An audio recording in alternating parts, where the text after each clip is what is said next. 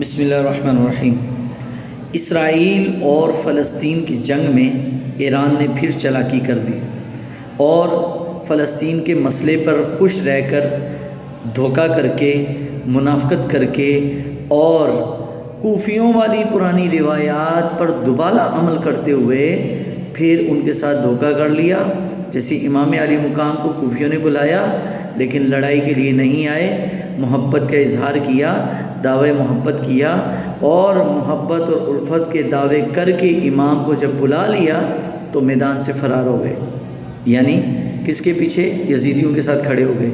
آج کا کوفی بھی امریکہ، اسرائیل جیسے یزید الفطرت لوگوں کے پیچھے کھڑے ہو کر فلسطین سے بھاگ گئے۔ صرف بھائی پابندیاں سے ہی آزادی چاہتے تھے یہ لوگ، ان پابندیوں سے آزادی ہی ان کو چاہیے تھی، وہ ان کو مل گئی۔ اب یہ موجیں مار رہے ہیں اور یہ فلسطین پر کوئی بات نہیں کرے گے۔ کہاں گئے آیت اللہ خامنائی؟ کہاں گئے جناب ایران کی محبت کے دعوے دار؟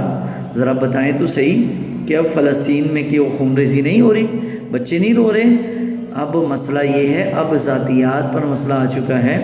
ہم تو کہتے تھے عرب والے تو دھوکے باز ہیں، چال باز ہیں۔ عرب والے چاہے جتنے مرضی برے ہیں جیسے، لیکن انہوں نے لارا نہیں لگایا امداد کا، جناب ان کو طمع نہیں دیا کہ ہم آپ کے ساتھ کھڑے ہیں، نہ۔ وہ ایک وقت مقرر تک بس مذمتی بیان جاری کرتے ہیں اور ختم۔ لیکن ایرانیوں نے سب سے آگے بڑھ گئی۔ لوگ کہتے کہاں گئی بھئی امت مسلمہ کا لیڈر ہے بھئی آیت اللہ خامنائی؟ اب ہمیں ذرا بتائے آیت اللہ خامنائی اور اس کے چاہنے والے پاکستان میں کہ کہاں گئے آیت اللہ خامنائی؟ بتائیں کہاں گیا ایران؟ کہاں گئی ایران کی سپورٹ؟ بس امریکہ کا آشیواد تھا، وہ مل چکا، اب کوئی ضرورت نہیں جناب، کوئی ضرورت نہیں۔